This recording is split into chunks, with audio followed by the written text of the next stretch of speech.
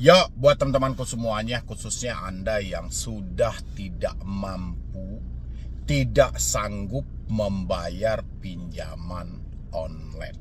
Ya, mungkin Anda saat ini mungkin sudah nggak tahu lagi ya harus mengarah kemana, harus seperti apa, dan apa-apa aja yang harus saya lakukan lagi di tengah situasi seperti ini. Dan ada lagi informasi bahwasannya pelacakan melalui BPJS Ketenagakerjaan dan segala macam itu sedang dilakukan. Bahkan ada yang mengalami telat bayar sejak tahun 2021, bahkan dia baru mendapatkan pekerjaan di bulan-bulan ini saja, itu masih ditemukan dan masih dihubungi oleh pihak pinjol. Kan bingung juga teman-teman semuanya ya, biar saya terangkan di sini seperti apa tindakan kita buat ke depannya dan seperti apa sih konsepnya. Kapan si pinjol ini berakhir menagih dan kapan dia berhentinya dalam menagih. Apakah benar hutang kita ini selama perjalanan kredit kita itu sudah lunas, di cover asuransi dan segala macam. Tapi sebelumnya, seperti biasa buat teman-temanku semuanya yang belum mensupport channel ini, boleh disupport dulu, karena supportan dan dukungan Anda menjadikan channel ini makin berkembang lagi dan saya makin semangat memberikan motivasi dan edukasi. Silahkan. Nah, ini buat teman-temanku semuanya. Mungkin Anda sudah panik dan sudah stres juga ya. Apa sih yang harus saya lakukan ini? Sementara keadaan sudah tidak memungkinkan lagi. Duit sudah nggak ada. Ya kan, sudah ditoleh kanan kiri. Mungkin selama ini perjalanan teman-teman semuanya mungkin sudah sibuk ya dengan mencari talangan dana, mencari pinjaman ya, tapi alhasil ya tidak membuahkan hasil juga. Sementara itu kita masih disibukkan dengan panggilan telepon yang tidak berhenti setiap hari, WhatsApp yang tidak putus-putusnya, email juga seperti itu. Kalau dia hanya sebatas mengingatkan tagihan sih oke-oke aja, tapi ini lebih kepada penekanan, pengancaman juga, sehingga membuat kita panikan juga dan kita stres juga. Kan itu yang terjadi sama diri teman-teman semuanya. Nah, hari ini buat teman-teman semuanya, tolong ya saya sampaikan di sini. Kalau memang menyatakan ini benar-benar ya, yang tahu keadaan hidup itu cuman diri Anda sendiri. Saya pun tidak tahu gitu loh. Hanya Anda yang tahu bagaimana kondisi hidup Anda hari ini.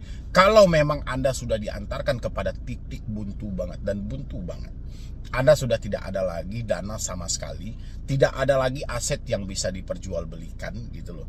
Dan habis itu Anda masih disibukkan dengan panggilan-panggilan telepon ini. Seperti biasa saya selalu menyarankan Anda, mungkin 3 komunikasi ini tidak usah dulu Anda pakai.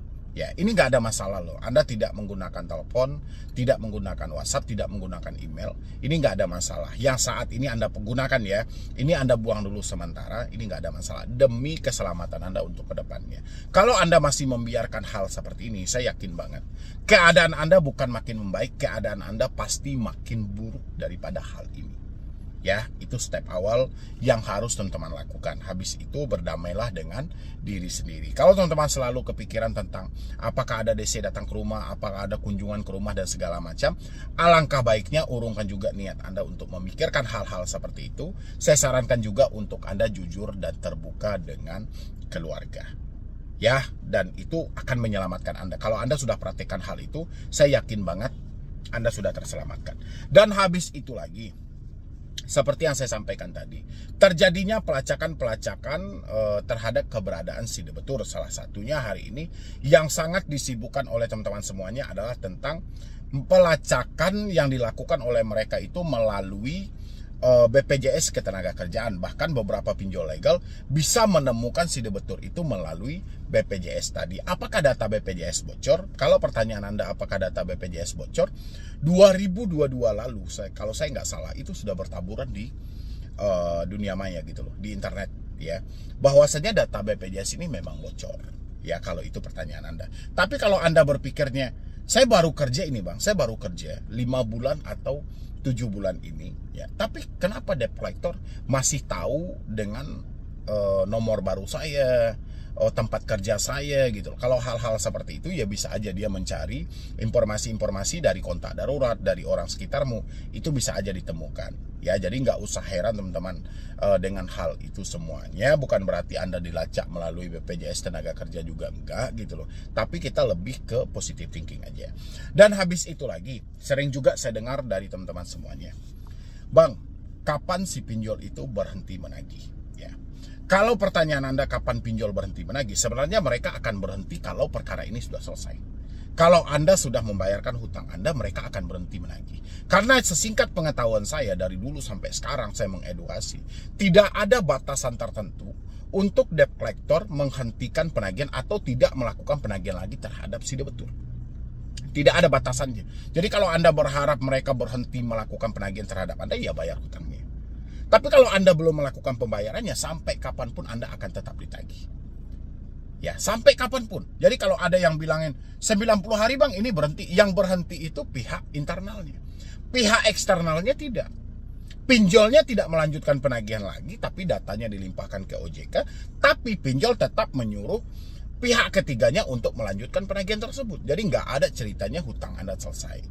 Ya, atau Anda tidak ditagih. Habis itu lagi, ada juga yang menyampaikan sama saya bahwasannya ini sudah di-cover oleh asuransi. Tentang asuransi sendiri, kalau untuk asuransi pinjol sampai detik ini itu masih membingungkan. Karena ketidaktransparan dari pihak pinjol menyampaikan tentang asuransi ini sejak awal.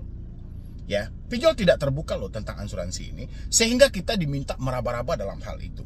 Benar ada aturannya bahwasannya OJK menyampaikan pinjol wajib bekerja sama dengan asuransi untuk memitigasi resiko gagal bayar. Ya, tapi kewajiban ini seperti apa persyaratannya, seperti apa klaim asuransinya, siapa yang sudah mendapatkan asuransi tersebut, tidak ada terbuka sampai detik ini. Ya, bahkan di beberapa media sosial aja kalau kita pertanyakan seperti di Google dalam aturan dan segala macam, di sana dituliskan asuransi itu akan diklaim ya kalau si nasabah meninggal dunia. Ada juga asuransi diklaim kalau nasabah memang mengalami kebangkrutan. Ada juga asuransi diklaim kalau nasabah sakit dan ada musibah lainnya gitu loh. Tapi untuk asuransi pinjol kalau saya rasa itu lebih kepada kalau si nasabah meninggal dunia. Ya, baru diklaim asuransi tersebut. Tapi ya kita nggak tahu juga nih pengklaimannya itu seperti apa, mereka melaporkan asuransi itu seperti apa. Ya sudahlah, kita nggak usah memikirkan soal asuransi tersebut. Sehingga teman-teman yang bertanya sama saya, Galbay dari tahun 2021 itu hutang tidak lunas gitu loh, bahkan masih ditagih, memang tidak ada batasan-batasan tertentu. Maka dari itu saya sarankan, satu-satunya hal yang mengganggu Anda itu kan nomor Anda tadi. Ganti aja nomornya, hapus aja WA-nya, ganti aja emailnya. Dan usahakan buat teman-teman semuanya, ketika Anda mempergunakan nomor baru, jangan mempergunakan dengan nick yang sama. Karena ada kecurigaan kita dalam hal itu, karena kita ragu-ragu juga. Takutnya nanti kebocoran data ini makin luas, kebocoran data ini makin lebar, sehingga data Anda ini terbuka dari pihak GSM itu sendiri. Ya, jadi teman-teman, kedepannya kalau Anda sudah mengganti nomor itu, usahakan pakai nomor NIK anak atau nomor NIK orang tua, biar jauh lebih aman. Dan habis itu bekerjalah seperti biasa, berusahalah seperti biasa, kumpulkan uang Anda. Nanti kalau uang Anda sudah terkumpul, negosiasikan. Pokok yang Anda terima aja negosiasikan. Ya pasti pinjol mau kok, daripada dia mengalami kerugian total. Ya, ini tadi tuh yang curhat sama saya, Galbaynya itu dari 2021. Tapi sejak tahun 2021 sampai sekarang dia tidak menabung sama sekali. Seandainya tahun 2021 itu dia menabung 10.000 perak aja per hari, sudah berapa duit dia terkumpul itu? Ya, tapi ya itulah kecerobohan kita terkadang. Bahkan saking gagalnya kita menjadi manusia, bahkan duit 5.000 atau 10.000 per hari pun kita tidak bisa menyisihkan hal itu gitu. Makanya buat kedepannya, perbaikilah hidup teman-teman semuanya. Dan jangan lagi terjadi gali lubang tutup lubang. Jangan ada lagi yang baperan-baperan dengan ucapan di telepon, di WhatsApp, di email. Itu hanyalah skenario dalam penagihan. Dan jangan juga sampai Anda berpikir terjadi pelacakan lokasi, penjebolan data BPJS dan segala macam. Tidak usah berpikir sejauh itu juga. Ya, buat teman-teman semuanya. Dan pentingnya juga Anda mengenali nanti setelah Anda nonton video ini, tolong tuh dihafal POJK nomor 22 tahun 2023 tentang aturan penagihan kredit terbaru. Biar Anda lebih paham, biar Anda lebih mengerti apa yang diperbolehkan dan apa yang tidak diperbolehkan. Ya teman-teman semuanya, mungkin dari saya cuma itu aja dulu. Terima kasih banyak Anda sudah hadir. Jangan lupa juga untuk disupport channel ini. Memang kalau yang paling tepat itu teman-teman semuanya ya memang berhenti bayar pinjol ini kayaknya ya. Karena nggak tahu lagi kita harus dibilangin ini pinjol legal, udah dijamin dia pasti baik nih, nggak ada penagihan yang tidak mengintimidasi dan segala macam mungkin misalnya gitu kan. Atau ini pinjol besar nih sekelas pay letter dan dia sudah terdaftar lama nih di otoritas jasa keuangan, nggak mungkin dong dia melakukan tindakan-tindakan jahat. Jadi asumsi seperti itu malah ditepis oleh fakta yang terjadi di lapangan gitu loh. Berapa banyak pinjol-pinjol legal itu, pindar-pindar resmi itu yang melakukan tindakan-tindakan yang tidak seharusnya gitu loh. Kan memang pada dasarnya memang sangat kurang ajar mereka-mereka itu gitu loh. Mengintimidasi, menekan, menyebarluaskan data kita, dan banyak hal lainnya yang mereka lakukan sebenarnya gitu loh.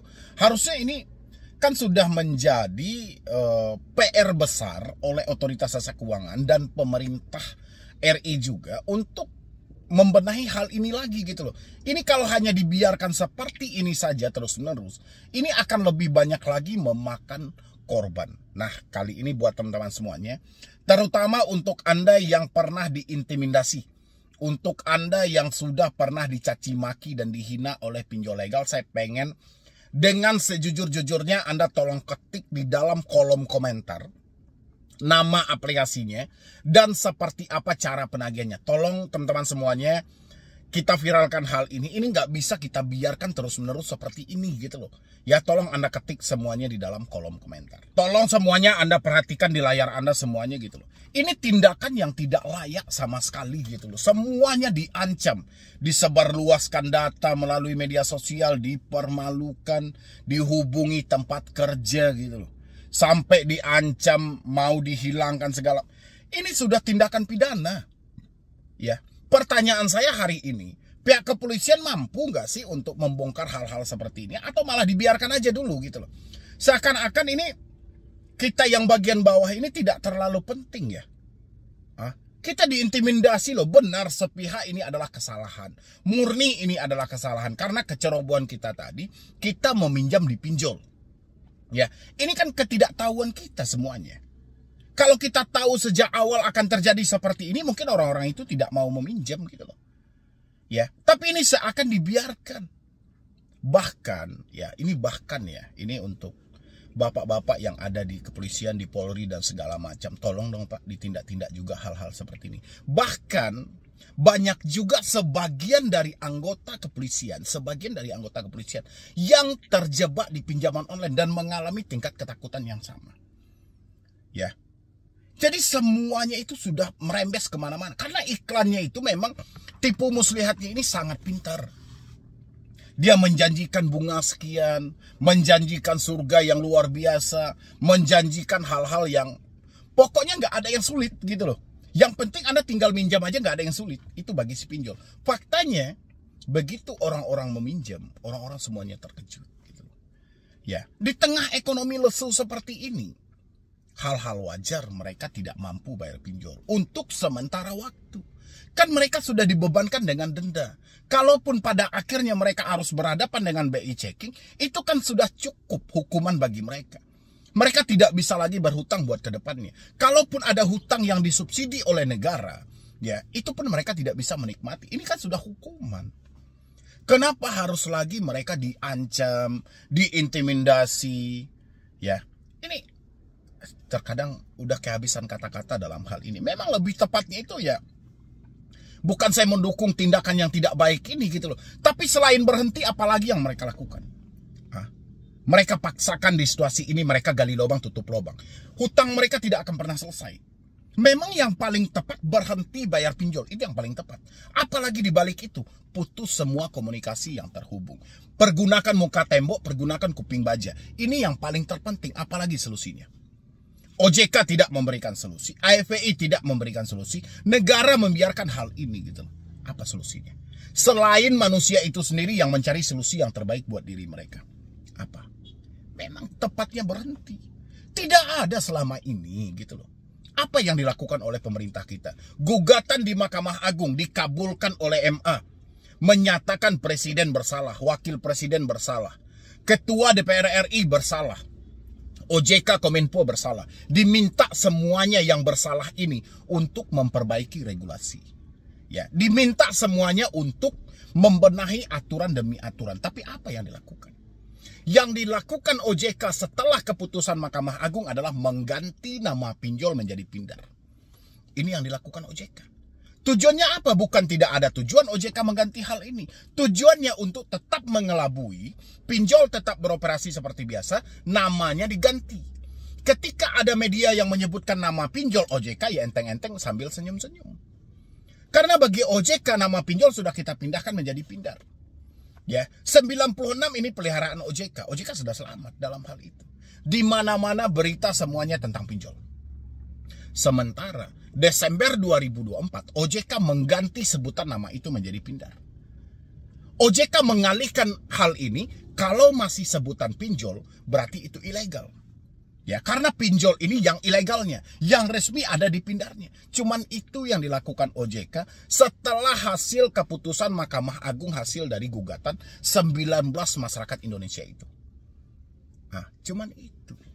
Sekarang masyarakat kebingungan, dia nggak tahu lagi nih mengarah harus kemana. Setiap hari konten edukasi dibanjiri dengan pertanyaan, Bang, galbay di sini aman nggak? Galbay di sini aman nggak? Galbay di sini aman nggak? Bukan tidak ada maksud dia bertanya seperti itu, karena ketakutan yang sangat berlebihan. Dia memikirkan hal-hal yang buruk untuk diri dia. Dia mengkhawatirkan keamanan dia, mengingat ancamannya begitu buas. Walaupun ancaman tersebut hanya sebatas ancaman, tapi orang yang meminjam sudah terlanjur membawa rasa bersalah yang sangat tinggi. Dia takut juga. Kenapa-napa dengan keluarganya, kenapa-napa dengan dirinya. Berarti hak azazi mereka pun sudah dirampas. Ketenangan mereka untuk tinggal di negara ini pun sudah tidak ada.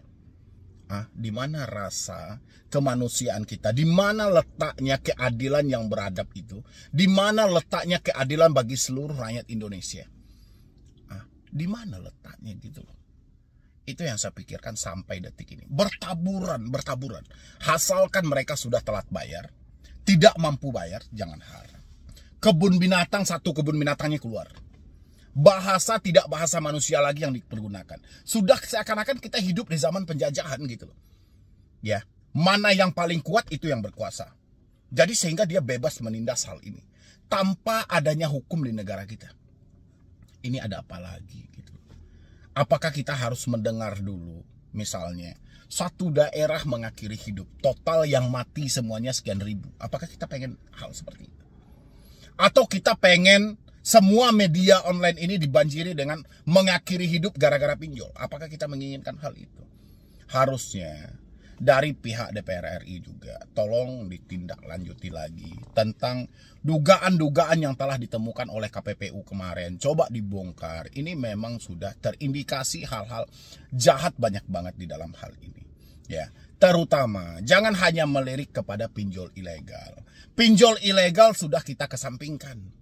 Itu sudah berurusan dengan Satgas pasti, sudah berurusan dengan pihak kepolisian. Sekarang pinjol yang resmi, bernaung di bawah naungan OJK, berlindung di balik undang-undang OJK, tindakannya seperti tidak ada yang mengawasi. Ya, ketika OJK sudah melegalkan mereka, seakan-akan mereka sudah menjadi raja di Indonesia ini. Kebebasan mereka tadi dalam menindas, tertibkan iklan-iklan yang ada. Ya, dan untuk teman-teman juga yang mengalami telat bayar atau tidak mampu bayar, tolong dong. Satu-satunya yang bisa menyelamatkan Anda di situasi yang seperti ini adalah diri Anda sendiri. Semakin Anda percaya dengan pemikiran jahat Anda akan terbawa suasana. Semakin Anda percaya dengan katanya dan katanya, Anda akan dihancurkan. Jadi tolong banget buat teman-teman semuanya, tolong buka lagi pemikiran Anda supaya Anda bisa bebas dari hal ini gitu. Karena satu-satunya yang bisa menyelamatkan itu bukan orang lain, diri Anda. Sampai detik ini kita tidak ada solusi dari otoritas jasa keuangan. Kalau aturan banyak, tapi solusi apa yang harus kita tempuh kita pun bingung. Kita mendapatkan intimidasi, kita mendapatkan ancaman, kita mendapatkan segala tekanan yang terjadi. Kita lapor ke OJK seakan-akan kita tidak dianggap manusia. Ya, bahkan OJK membiarkan hal itu gitu loh. Laporan kita entah apa yang menjawab, entah robot, entah apa. Semua yang kita laporkan, walaupun masalahnya beda-beda, jawabannya semuanya sama. Sesekali OJK melempar hal itu ke aplikasinya masing-masing. Jadi rasa kita percuma juga gitu. Kita lapor ke OJK yang kita berharap OJK ada di depan kita untuk mencarikan solusi yang tepat di dalam hal ini, malah OJK mengadu domba kita. Laporan kita diteruskan ke aplikasi, aplikasi langsung ke kita. Aplikasi tinggal sampaikan, itu bukan kami. Udah sampai di sana karena tidak ada yang dia takuti.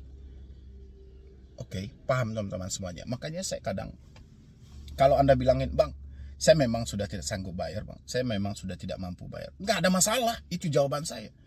Ya memang gak ada masalah. Anda tidak mampu bayar, tidak sanggup bayar, ya mau gimana lagi gitu loh. Ya, gak ada solusi yang mau diberikan. Kalau atas dasar Anda tidak mampu, ya sudah. Yang penting jangan takut, itu aja yang bisa disarankan. Yang penting Anda jangan ketakutan, Anda jangan kecemasan. Permatang lagi cara berpikir Anda gitu loh. Selamatkan diri Anda. Saya, Bang, di chat setiap hari. Ya sudah, di chat hapus aja WA-nya. Di email, Bang, hapus aja emailnya. Telepon ganti. Cuman itu yang bisa kita lakukan. Habis itu tetaplah bekerja, tetap berusaha gitu. Kalau Anda mengandalkan hari ini, ada perpanjangan tangan dari pemerintah, ada perpanjangan tangan dari OJK, itu sama kayak Anda mengharapkan bintang jatuh dari langit gitu loh. Sesuatu yang nggak mungkin. Ya nggak sih? Kecuali nanti ini akan berdampak besar banget gitu loh. Ya, atau setengah masyarakat Indonesia sudah tidak bisa lagi meminjam.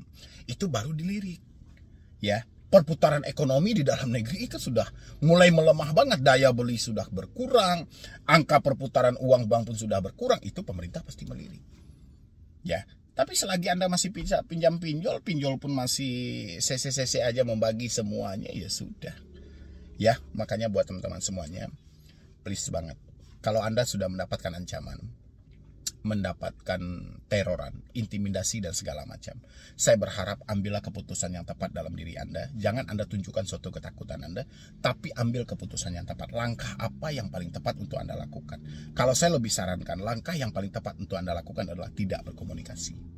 Habis itu ya perbaikilah mental Anda, perbaikilah cara berpikir Anda, pasanglah muka tembok, pasanglah kuping baja. Cuman ini satu-satunya yang bisa menyelamatkan Anda untuk ke depannya. Tapi kalau Anda masih berpikir soal ketakutan, bagaimana nanti keluarga dan segala macam, Anda akan hancur. Anda di urutan paling depan akan dihancurkan oleh pinjaman online.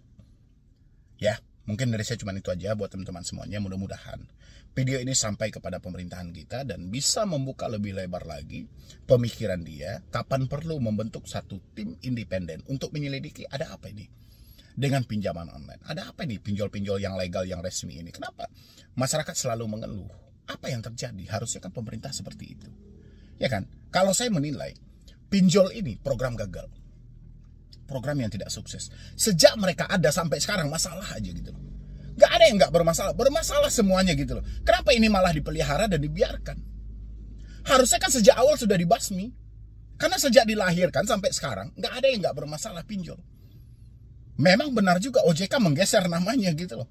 Tapi tetap aja polanya sama. Walau namanya diganti 1000 kali pun, tetap mereka polanya sama. Pinjaman online, pinjaman daring sama. Hanya sebutan aja yang berbeda.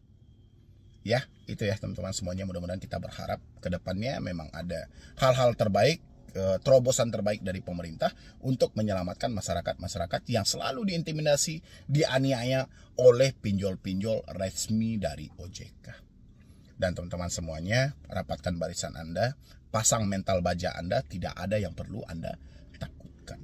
Jadi sekian dulu dari saya, Medi Broni. Wassalam. Juli 2025 ini sudah berjalan ya. Ini adalah bulan dan tahun kehancuran bagi pinjol dan kehancuran juga bagi yang meminjam di pinjol. Pasti pertanyaan teman-teman semuanya, kenapa Bang kok bisa seperti itu? Pinjolnya hancur, yang meminjam pun juga hancur gitu loh. Dua-duanya hancur. Ya, di Juli 2025 ini. Tapi sebelum saya lanjutkan buat teman-teman semuanya, yang belum mensupport channel ini boleh disupport dulu, boleh didukung dulu. Mudah-mudahan dengan supportan dan dukungan Anda channel ini makin berkembang lagi. Dan saya makin semangat lagi dalam memberikan motivasi dan edukasi buat teman-teman semuanya, terutama yang baru-baru telat atau tidak mampu bayar di pinjol. Silakan. Tahun ini, bulan ini pinjol mengalami kehancuran yang sangat luar biasa. Begitu juga dengan para si peminjam di pinjaman online tadi, hanya mampu meminjam tapi tidak mampu membalikkan. Angka peminjam terus meningkat tapi pembayaran semakin kecil, sehingga debt collector makin diperbanyak oleh si pinjaman online untuk mengambil semua tagihan yang tertunggak. Tapi apapun cara yang mereka lakukan, tetap pada prinsipnya kehancuran itu tetap di depan mata. Kenapa? Ya, pasti kenapa pertanyaannya. Lihat ekonomi sekarang teman-teman semuanya. Lihat. Teman-teman semuanya yang biasanya mungkin Anda dalam berjualan, mungkin Anda masih bisa dalam satu hari perputaran uang Anda 2 juta, 3 juta. Tapi untuk mencari ke angka 1 juta aja, itu sangatlah susah. Begitu juga dengan para ojek-ojek online yang biasanya orderan ini banyak, penumpang ini banyak, sekarang turun sangat drastis. Tapi yang namanya kebutuhan hidup itu tidak bisa ditunda. Ya, kita perlu makan, kita perlu minum, kita perlu kebutuhan anak dan segala macam. Nggak peduli mau ekonomi kita seperti apa dan seperti apa kita memenuhi hal ini. Sementara iklan pinjol bertaburan di mana-mana. Dan ini membuka peluang besar orang untuk melakukan peminjaman. Orang hanya mampu meminjam, tapi tidak mampu membalikkan. Ekonomi makin kacau. Memenuhi kebutuhan hidup aja mereka sudah kesulitan. Apalagi untuk membayar hutang. Ya, akhirnya sama-sama sudah keteledoran. Pinjol sudah terlanjur memberikan, si debetur sudah terlanjur meminjam. Pinjol tidak bisa mendapatkan dananya kembali, si debetur tidak bisa membayar ansuran itu juga. Akhirnya sama-sama hancur. Ya, apa yang dilakukan oleh pinjol di tengah situasi seperti ini? Memperbanyak jasa penagih hutang. Ya, tapi hasilnya sama aja. Yang masalah ekonominya, bukan masalah dari masyarakatnya. Tapi memang perputaran ekonomi itu sudah sangat lesu banget. Ya, kita sama-sama tahu. Oke, sejak tahun 2025, bagaimana ekonomi begitu drastis dan dirasakan oleh masyarakat. Semua kalangan merasakan. Ya, tanpa kecuali. Nggak bisa kita bilangin, wah ini kelas menengah. Kelas menengah pun jatuh ke kelas bawahnya, gitu loh. Ya, mereka sudah turun beberapa klik ke bawah itu. Apalagi kelas yang di bawahnya. Ya, dan kapan stabilnya hal ini ya kita belum tahu. Maka dari itu buat teman-teman semuanya, saya berharap teman-teman semuanya memenuhi kebutuhan hidup itu sangatlah penting. Tapi tolong sebisa mungkin jangan pernah Anda berhutang. Ya, ini akan menambah kesengsaraan dalam hidup Anda. Hidup Anda tetap susah seperti ini, tapi Anda malah dicaci maki. Kenapa? Karena Anda memenuhi kebutuhan hidup tadi dengan cara berhutang. Akhirnya malah makin kacau. Begitu juga dengan pinjol. Ya, pikirkanlah dengan matang, mumpung ini kata OJK. Kedepannya pinjol harus lebih selektif lagi dalam mencari calon si nasabah. Ekonomi dalam posisi seperti ini, masyarakat tidak peduli bunga seperti apapun yang kalian berikan. Yang penting bagi mereka ada uang buat makan dan minum. Ya, mau kalian bilangin pinjam 1 juta balikin 5 juta ya mereka terserah. Yang penting mereka dapat uang seketika itu dulu, daripada mereka mati gak makan. Ya, ini harus sama-sama dipikirkan. Saya melihat sama-sama imbang aja semuanya. Ekonomi masyarakat lemah, perputaran duit pinjol pun juga tenggelam. Ya, walaupun pinjol menerapkan bunga dan segala macam. Kerugian pinjol hanya di tahun ini dan tahun kemarin. Oke, keuntungan pinjol selama ini tidak pernah dirilis. Mana tahu yang diputarin itu masih dana masyarakat itu aja gitu loh. Dan satu hal lagi buat teman-teman semuanya. Ya, ini juga nggak kalah penting. Saya perhatikan juga, karena debt collector makin diperbanyak oleh pinjol, otomatis pola-pola penagihan itu makin seram dan mereka makin sangat ganas banget. Ya, tolong kendalikan pemikiran teman-teman semuanya. Jangan sampai menggadaikan aset-aset yang ada sampai Anda ambil dana bank, pinjam dana bank dan segala itu sama aja dengan dalih Anda gali lubang tutup lubang. Ada hal yang bisa Anda lakukan. Anda hubungi Asosiasi Fintech Pendanaan Bersama Indonesia. Katanya asosiasi mau menjembatani antara permasalahan Anda dengan pinjol. Dia mau nanti membantu Anda, apakah itu hutang Anda 1 juta ini yang diminta pinjol sekali bayar 1 juta, tapi API berjanji bahwa dia utang 1 juta ini bisa kita potong jadi 4 kali. Berarti Anda cuma bayar 250 ya dikaliin 4 gitu loh. Itu menurut API. Daripada Anda melakukan gali lubang tutup lubang, ini tidak akan pernah berakhir. Ya. Dan habis itu lagi juga, kumpulkan semua bukti. Saya perhatikan juga di sini. Makin ke sini debt collector makin aneh-aneh cara penagihannya. Kumpulkan semua bukti, cari tahu siapa aplikasinya, dan sepakat semuanya melaporkan kepada ruangan pelaporan konsumen yang disediakan oleh Otoritas Jasa Keuangan. Kalau enggak, hal-hal seperti ini pastinya akan memakan korban nantinya gitu. Saya khawatirnya itu loh, karena ini kita sudah di pertengahan tahun. Saya sangat khawatir banget di tengah ekonomi lesu seperti ini, orang-orang banyak terjebak di pinjaman online, cara penagihan tidak beretika, intimidasi, pengancaman dan segala macam masuk. Saya khawatirnya ini malah memakan korban lagi. Seperti kita belajar di tahun-tahun lalu, yang mana menjelang akhir tahun itu kasus mengakhiri hidup, tindakan pidana dan segala macam itu banyak. Saya tidak pengen ini terjadi sama saudara-saudara saya. Dimanapun Anda berada, tolong maksimalkan pemikiran Anda. Kalau misalnya nggak tahan banget Anda dengan ucapan yang disampaikan debt collector, karena memang iya benar Anda berhutang, tolong diputus aja komunikasinya. Ya, karena 1 nyawa itu berharga loh. Dan jangan sampai Anda melakukan tindakan-tindakan pidana seperti berita-berita yang telah menyiarkan. Ada yang nekat jadi kurir narkoba, ada yang nekat melakukan pembegalan, ada yang nekat melakukan pencurian, ada yang nekat, pokoknya bermacam-macam. Jangan sampai ini mencelakai diri Anda gitu. Anda tidak mampu bayar pinjol karena faktor ekonomi, resikonya cuma 1, BI checking nantinya. Tapi kalau Anda memaksakan diri terus-terusan seperti ini, sehingga Anda nekat melakukan tindakan-tindakan pidana, ini Anda bertentangan. Dan Anda akan berakhir di penjara nantinya. Ya, ini dipikirkan matang-matang buat teman-teman semuanya. Insya Allah kita doakan aja mudah-mudahan ekonomi Indonesia pulih kembali dan lancar kembali, dan kita bisa memenuhi semua kebutuhan hidup kita tanpa perlu lagi berhutang. Soal ancaman, teman-teman masih bisa atasi dengan cara memutus semua komunikasi yang terhubung. Kalau enggak, Anda simpan bukti pengancamannya dan laporkan. Ya, mungkin dari saya cuma itu aja buat teman-teman semuanya. Nanti Anda bisa lanjutkan menonton video ini.